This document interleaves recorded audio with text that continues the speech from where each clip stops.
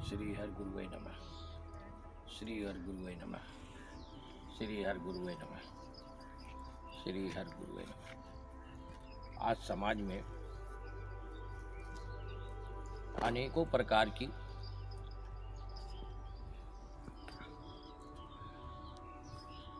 गुरुओं के प्रति और अनेकों प्रकार के शास्त्री हुए या वेदाचार हुए या आचार हुए, उन लोगों के प्रति अनेकों प्रकार की लोग छीटाकशी कर रहे हैं। जैसे कि मान लीजिए थोड़ी देर के लिए कि हम बागेश्वर धाम पीठाधीश्वर श्री शास्त्री जी के विषय में, जो हमारे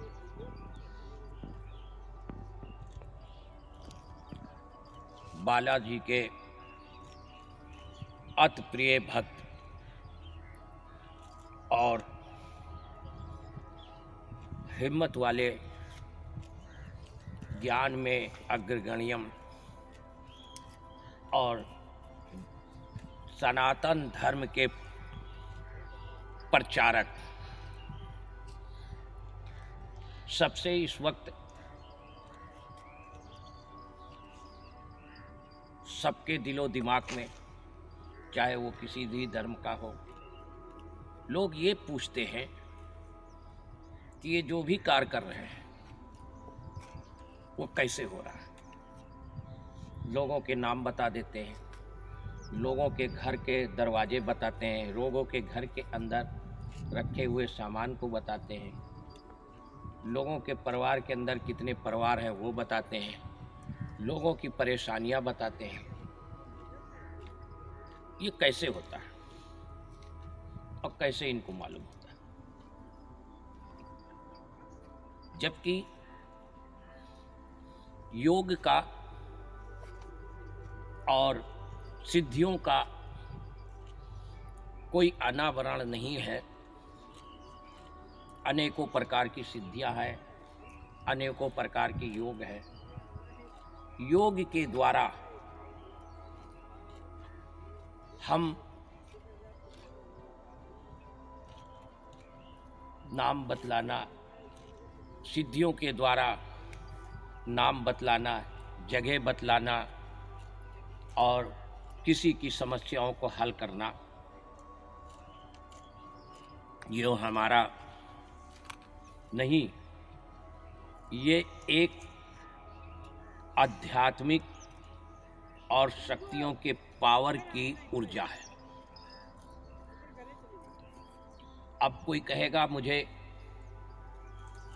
देखना है या दिखाया जाए, तो इस विषय पे मैं यही कहूँगा, पराशक्ति और अपराशक्ति दो शक्तियाँ हैं, और इन दोनों शक्तियों का जिन्होंने ज्ञान या योग के द्वारा सिद्धियां प्राप्त की है, वो कर सकते हैं। वो कोई भी हो, किसी भी जात का हो, किसी भी धर्म का हो, किसी भी वर्ण का हो, वो करने में निपुण हो। जो आज चाहे वो पत्रकार हो, चाहे वो किस साधु संत हो, चाहे वो गृहस्थ से संबंधित हो, वो अगर कहता है कि मुझे दिखाया जाए, मैं उसकी परीक्षा लेंगे, तो परीक्षा वो व्यक्ति लेता है जो उस कार्य में निपुण हो। जैसे कि बच्चा कॉलेज में पढ़ता है, तो बच्चा कॉलेज में पढ़ता है वो तो ठीक है, लेकिन उसका जो पेपर लेने वाला है वो अध्यापक है, वो प्रिंसिपल है, और वही उसका परीक्षा लेता है, और परीक्षा लेने के बाद वो सर्टिफिकेट देता है और परीक्षाओं का वो अंक जरूर देता है। तो परीक्षा लेने वाला पहले वो उस कार्य में निपुण हो। अगर वो निपुण नहीं है तो ले नहीं सकता है परीक्षा, क्योंकि उसको मालूम ही नहीं है कि ये हम क्या पूछ रहे हैं और इसका क्या अर्थ है। वो उसका जवाब कैसे देगा? अगर मान लो वो बच्चा फेल हो रहा है जवाब देने में, तो क्या वो जवाब दे सकता है? तो जवाब तो दे नहीं सकता है। तो किसी की परीक्षा लेना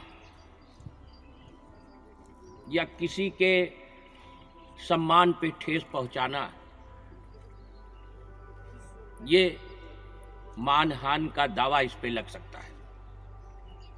जो हमारे संविधान में है कि किसी के ऊपर अगर लांछन लगाया जाता है और वो लांछन 100% अगर सही नहीं उतरता है तो लांछन लगाने वाले के ऊपर दावा लग सकता है और उसको वही जो सजा है वो उस पे लागू होना चाहिए,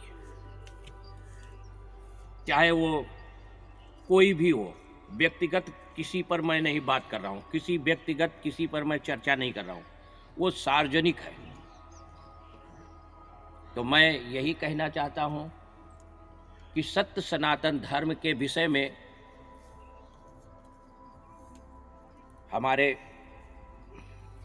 शास्त्री जी ने, बागेश्वर पीठाधीश्वर ने जो बात कहा है कि हम सत्य सनातन धर्म को पीछे नहीं हटने देंगे, मैं हिंदुत्व को पीछे नहीं हटने दूंगा, चाहे मुझे कुछ भी करना पड़े। तो मैं यही कहना चाहता हूं कि जहां पर सत्य सनातन धर्म की बात आती है या हिंदुत्व की बात आती है, तो मैं उनका बार बार अवश्य उनका मैं समर्थन करता हूं, हर तरीके से समर्थन करता हूं। और उस मालिक से, उस परमेश्वर से मैं बार बार प्रार्थना करूंगा और निवेदन करूंगा कि शास्त्री जी का अनवरण बागेश्वर महाराज और उनके दादा गुरु और जो भी उनकी शक्तियां हैं सिद्ध की हुई, वो सब उनका साथ दे और सहयोग दे, जिससे उनका मनोबल गिरने न पावे। आज हमारा हिंदू समाज अगर वो शास्त्री जी का या संत महात्मा या जितने भी पीठाधीश्वर हैं, वो सभी लोग शास्त्री जी का सम्मान करें और उनके शब्दों का बढ़ चढ़ करके सहयोग करें और बालाजी उन पर कृपा बनाए रखें। मैं यही बार बार बालाजी से यही प्रार्थना करूंगा कि शास्त्री जी का संपूर्ण रूप से सहयोग करें बालाजी, और कोई भी व्यक्ति आवे वो कहीं से भी हमारे शास्त्री जी को नीचा न दिखा सके।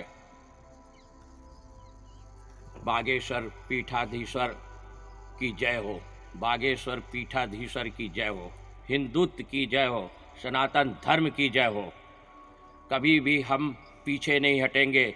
गर्व से कहो हम हिंदू हैं, गर्व से कहो हम हिंदू हैं, सनातन धर्म के हिंदू हैं। सत्य सनातन धर्म न पीछे हुआ था न पीछे रहेगा, और पहले भी था और आज भी है, कल भी रहेगा। श्री हर नारायण नारायण कहना ही पड़ेगा।